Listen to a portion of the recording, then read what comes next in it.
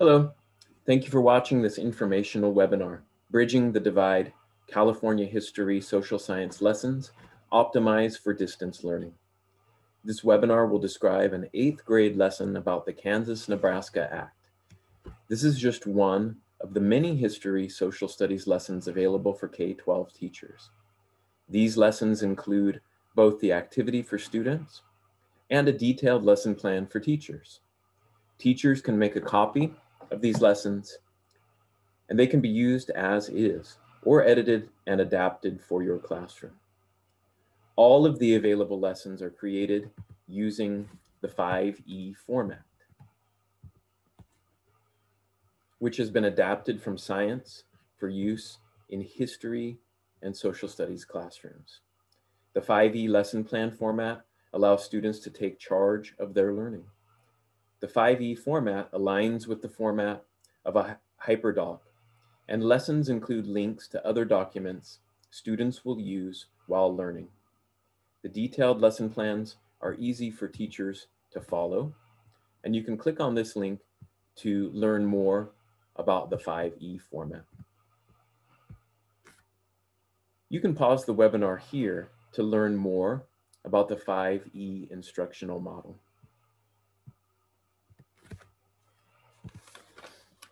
My name is Matt Garcia. It's my 21st year of teaching, and most of that time has been in middle school. I am currently an 8th grade history teacher at Vista Verde Middle School in beautiful Greenfield, California, my 15th year on that campus. This lesson is about the Kansas-Nebraska Act. Other 8th grade lessons available include the Declaration of Independence, a perspective story, Andrew Jackson, hero or villain, the United States Constitution, preventing the abuse of a nation, and the unacknowledged truth about Harriet Tubman. These lessons are designed to address the challenges of distance learning. Lessons include a variety of activities to be completed in both synchronous and asynchronous blocks, and each lesson can be adapted for use when students return to a hybrid schedule. All of the available lessons were designed using history, social studies standards, and frameworks. The lessons also integrate both Common Core ELA standards and ELD standards. Lessons may also integrate economics, geography, civics, social justice, and LGBTQ history.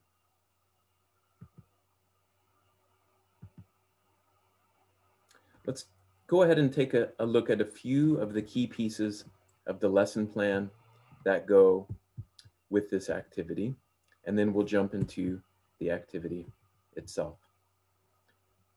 You can see here that there are 4 main learning objectives for this particular activity. The activity was designed around this compelling question, using a quote from the author of the Kansas-Nebraska Act, Senator Stephen Douglas, who said that his proposed law will triumph and impart peace to the country and stability to the Union. The assessment to this lesson gives students the opportunity to analyze this quote and tell if Stephen Douglas was correct when he said this.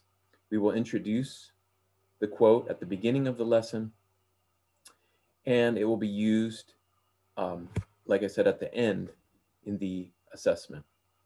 Let's go ahead and take a look at the student activity itself. This is our engage session, and the first few slides of the activity are designed to familiarize students with the key vocabulary needed to complete the lesson.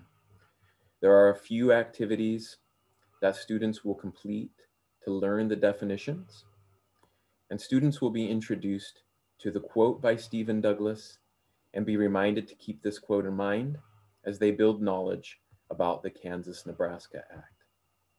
And like each piece of this lesson, these assignments can be given either synchronously or asynchronously, and students can work individually or in groups.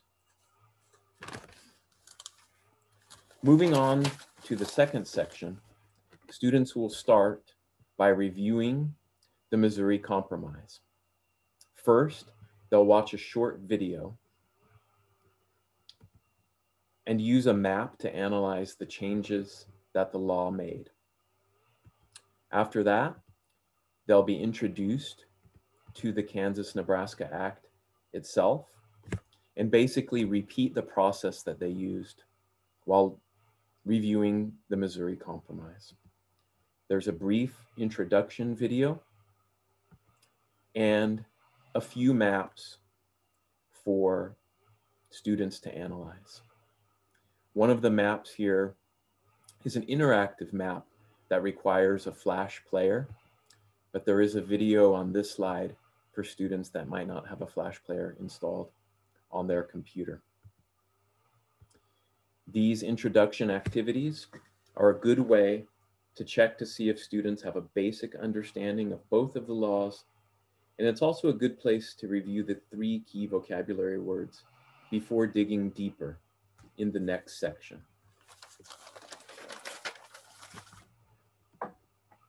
Students will begin the explain section by analyzing 2 primary sources. The first source is lyrics from the song Fremont and Victory. They will use these lyrics to make a prediction about what they think will happen in Kansas after the passage of the Kansas-Nebraska Act. The second primary source is a political cartoon. They will wrap up the section by doing a brief reading activity, watching a few short videos that help explain why Kansas became known as Bleeding Kansas. Going back to the slides on the primary sources, the lesson plan describes how the primary source slides can be used for a group activity in breakout rooms.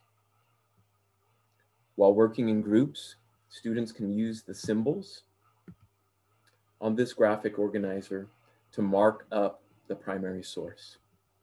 Each group member could use a different color font while answering the question, so the teacher can evaluate each student's contribution. And again, as I stated before, any of these pieces of the lessons can be adapted or edited based on your classroom needs.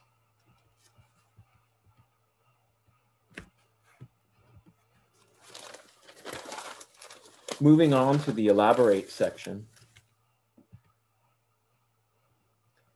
students will pretend that they are part of the anti-slavery movement in Kansas, and they will design an advertisement to encourage people who are against slavery to move to Kansas. This section includes the requirements for this advertisement assignment, a simple rubric for grading the completed assignment, and examples of advertisements from the 1800s, as well as a place for students to complete their advertisement within the assignment. Once again, teachers can choose to have students complete this part of the assignment on their own or in groups. Wrapping up the assignment in the evaluate section, the final part of the assignment is the assessment. Students will be reminded of the quote they saw at the beginning of the lesson.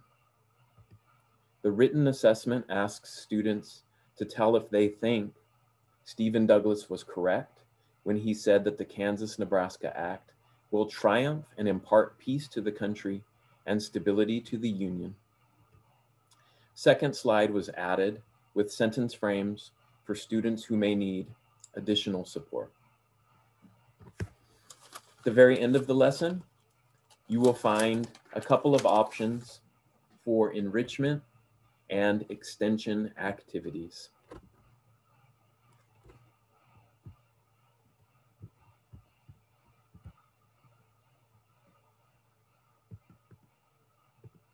So just to review the lesson that I created, but also the lessons that you will find on our website, they were designed for the challenges of distance learning. Each lesson uses a variety of ways to engage students and to give student choice. And they also include possible extension uses for activities beyond the lesson. You'll be able to find the resources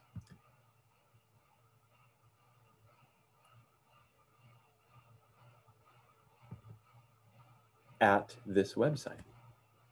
And I'll take you there right now. You just click on the link, and once all of the resources are loaded, you'll be able to find them right here. Distance Learning Enrichment Resources for History, Social Studies. Once again, thank you so much for watching this webinar, Bridging the Divide, California History Social Science Lessons, Optimized for Distance Learning. Thank you, and we hope that you enjoy using these resources.